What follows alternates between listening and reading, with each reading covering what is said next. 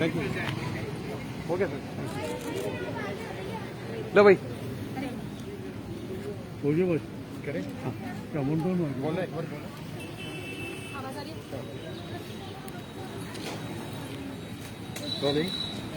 Delhi BJP Delhi सरकार के घोटालों का लगातार खुलासा कर रही है और जिस तरीके से 5,000 करोड़ बस घोटाले का खुलासा हुआ है उसके बाद बीजेपी के जो अध्यक्ष हैं वो एलजी साहब से मिलने के लिए आए थे, उनसे हम बात करेंगे। सर, जिस तरीके से लगातार बीजेपी एक के बाद एक दिल्ली सरकार के घोटालों का खुलासा कर रही है, आज आप लोग एलजी साहब से मिलने के लिए आए थे, क्या कुछ बात हुई, क्या आप लोगों ने मेमोरेंडम? देखिए, आज हम माननीय उपराज्यपाल जी से मिले और मेरे साथ नेता विपक्ष श्री रामवीर सिंह बिदूड़ी जी और पूर्व अध्यक्ष श्री विजेंद्र गुप्ता जी और एलजी साहब से काफ़ी लंबी बात हुई। डीटीसी की बस की खरीद का जिस तरह प्रक्रिया अपनाई गई और जो घोटाला किया गया है, लगभग 5,000 करोड़ रुपए का दिल्ली सरकार ने डीटीसी बस खरीद में घोटाला किया।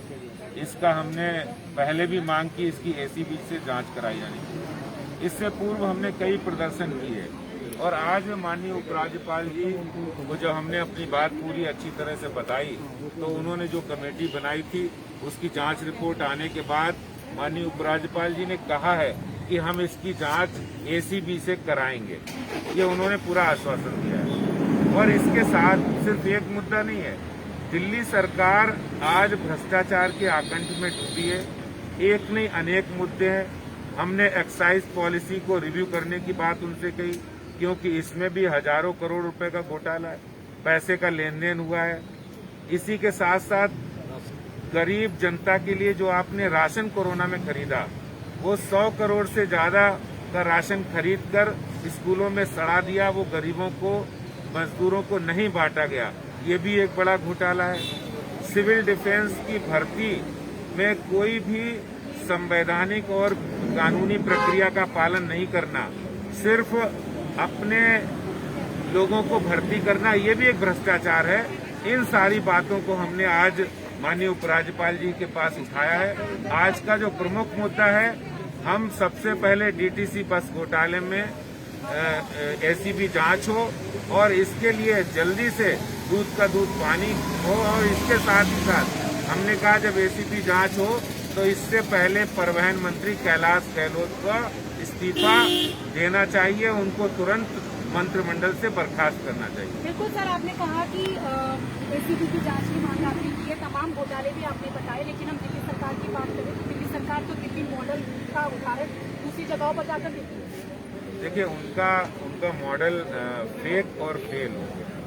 वो जिस मॉडल की बात करें सब लोग जानते हैं। दिल्ली में लोग पानी के लिए त्राही कर रहे हैं, गंदा पानी मिल रहा है, और जब जैसे ही मौसम सही होता है लोग दिल्ली में पोल्यूशन से परेशान होते हैं। दिल्ली में परिवहन व्यवस्था सही नहीं है क्योंकि इनकी नियत नहीं है काम करने की। कोरोना में सबने देखा है, ना ऑक्सीजन था, ना बेड थे, ना वेंटिलेटर थे, लोग मरते और तड़पते रहे।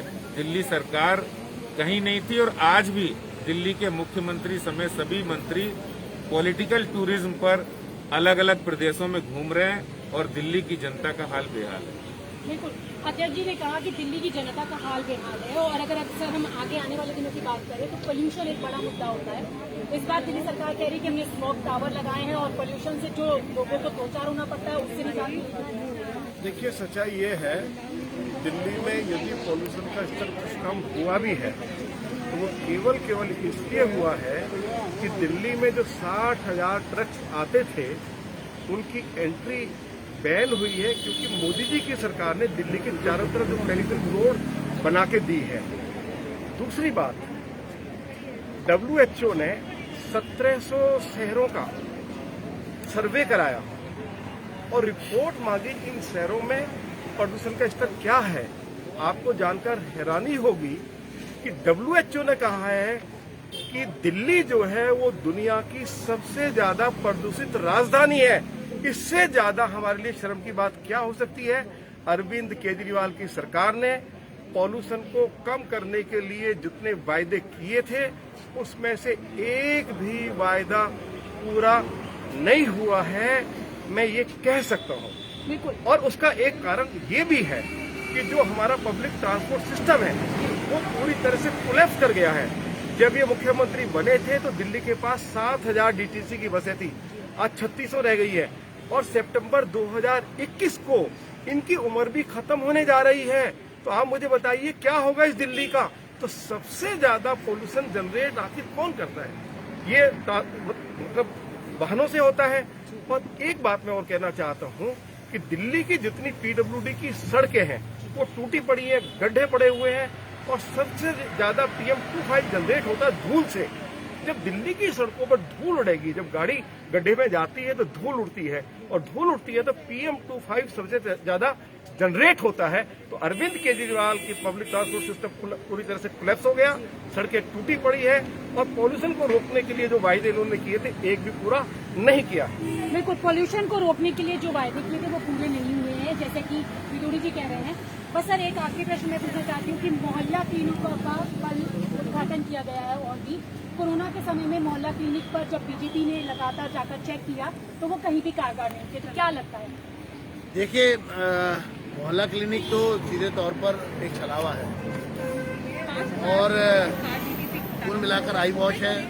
पूरे कोरोना के काल में हमने सारा देखा ही है। एक महत्वपूर्ण बात जो आज उपराज्यपाल महोदय के साथ हुई है वो इससे हटके है, और वो है जो राशन सड़ा था उस पर जो रिपोर्ट मांगी थी दिल्ली सरकार से, उसके ऊपर हमने राज्यपाल महोदय को बात बताना जाहिर की कि जून में मैंने शिकायत दी थी, और जगह जगह करोड़ों रुपए का राशन सड़ गया, गरीबों तक पहुंचा नहीं। और अब मेरी उस कंप्लेंट पर राज्यपाल महोदय ने चीफ सेक्रेटरी को लिख करके रिपोर्ट मांगी, और जिसको लेकर के दिल्ली की सरकार बैठ गई, और जिस पर दिल्ली की सरकार ने कोई भी रिपोर्ट अभी तक नहीं दी।